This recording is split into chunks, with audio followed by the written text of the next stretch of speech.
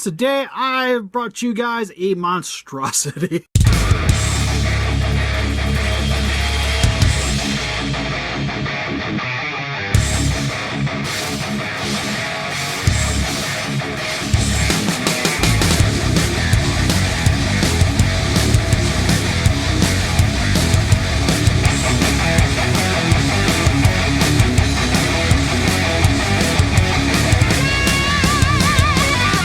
Listener Rangers, welcome to the Geek Chest. My name is Steve, and April Fools, everybody. Yeah, the NECA Godzilla line still dead, just like my hopes and dreams. But anyways, so what I got here, because for the thumbnail, like, it's a legit figure, just using some parts from the Monster Arts just for thumbnail purposes, dropping it all over the floor because for some odd reason none of this stuff really likes to stay pegged in. But what I got here is a commission I just got finished recently. It's actually, I'm shipping it out here in a little bit. But wanted to get the video done and thought it'd be a nice little April Fool's-y joke to do. Which, what this originally was, as you can see here, we have the NECA Godzilla 1989 with the custom Trendmaster SpaceGodzilla that I put together.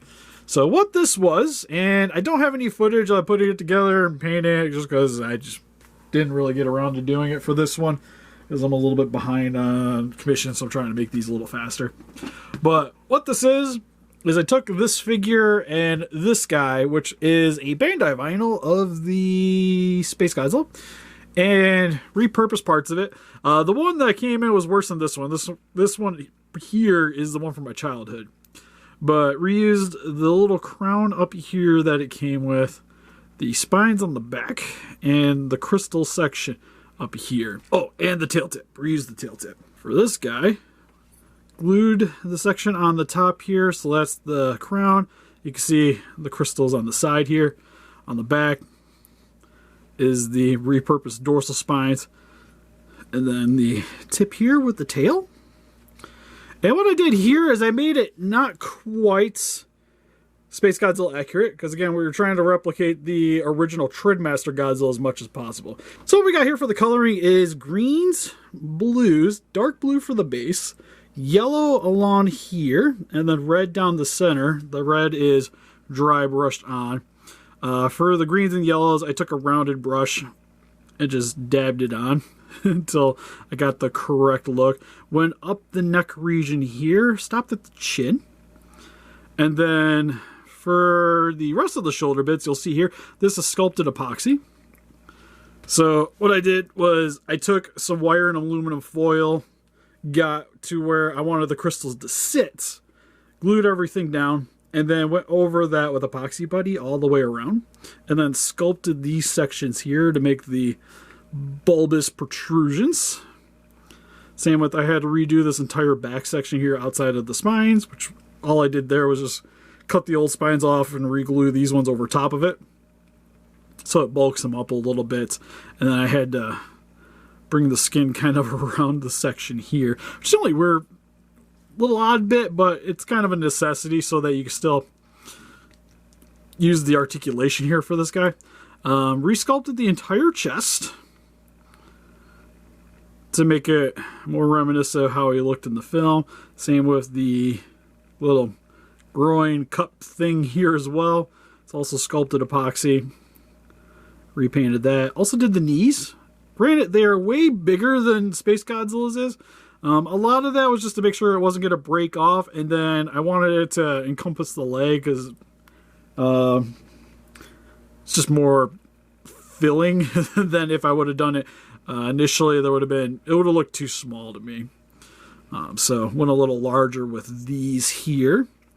And then also did some epoxy putty around here just to help hide the vinyl connecting piece so that the glue hides better. Same with along the section here too. It's also a lot of epoxy putty to hide these sections that I reattached on from the Bandai. And then just proceeded to paint the entire thing. Was originally blue, and then except for the stomach section here after getting it gray from primering, and then dry brushed a lighter blue over top of it. The back here was airbrushed, to make the white as smooth as possible, and then did the same thing with the rounded brush along the edges here, because I wanted to make it look more like a factory did it.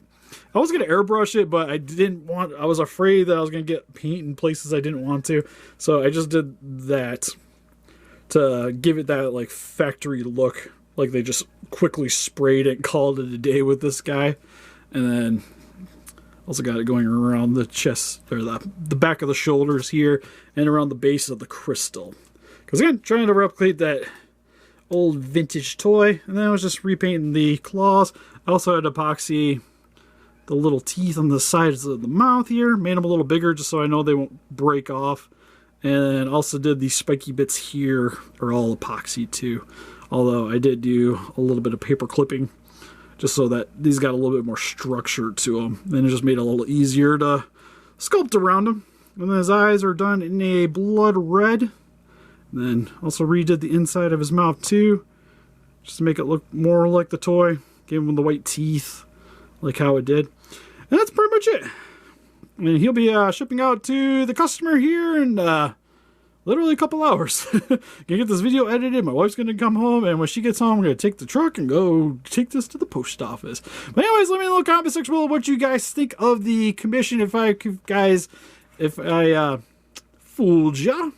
Probably not, but I would like to think I did. That's why I added the STR at the end, so it's still a sort of how-to video in the long run. And help us defeat those guys by hitting that like button, subscribe, become a ranger today. We also got Instagram, Patreon, Pinterest, and Facebook. Guys, like people the day which you know donate. Greatly appreciate it. We'll see you guys next video. Bye-bye.